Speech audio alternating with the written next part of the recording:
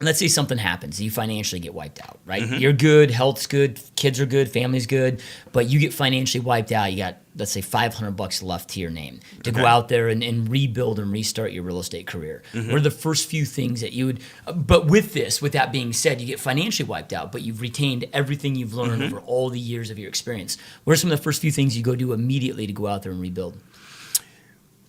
Make those phone calls, right? You go to your sphere, and you can get, like, contactually is $30 a month. Yeah. Right?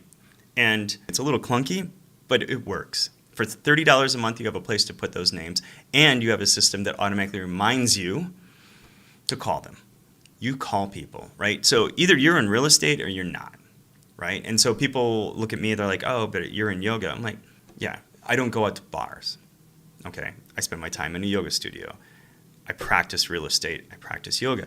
So either you're in real estate or you're not. You can't be part-time. And it's a mindset, right? So, you're up at 3 a.m. I'm up at 5. If my business gets to the point where I'm up at 3, I love getting up at 3. I just need to make sure that it's the best thing for me to be doing. I don't want to get up 3 just to say I get up at 3.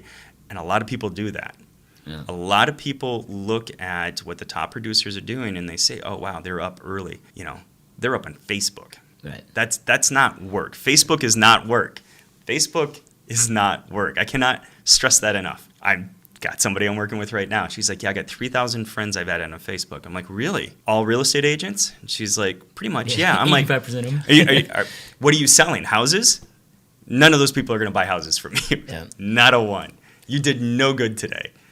Congratulations. So, so if I had $500, I would definitely make sure I cut my electricity on or pay my mortgage and then pick up the phone and start calling, asking people. And then you got to create a sense of urgency, right? So it's not just contacting, it's conversion. And it's creating that opportunity. It's, I had somebody who wants to see a house. I'm like, great. They're like, oh, I need to see it right now. I'm like, well, I told you yesterday that we need to schedule 24 hours in advance because I have a very specific window. I have 3 hours here, 3 hours here. I can do it tomorrow. I have this window open, but I'm already showing in the morning. And they'll accommodate, because if you're a good agent and you're responsive and you're educated and you hold your clients accountable, they're going to expect the same, but they'll fit. They'll always fit. People are like, oh, I don't want to do my phone calls in the morning. No shit. Nobody wants to do their phone calls in the morning. You don't want to do them in the morning, the afternoon, or the night. I get it. But you have to make your phone calls. And so if you have that one client and that house is really going to go, you think that they're going to really write an offer, then show the house at 9 o'clock in the morning.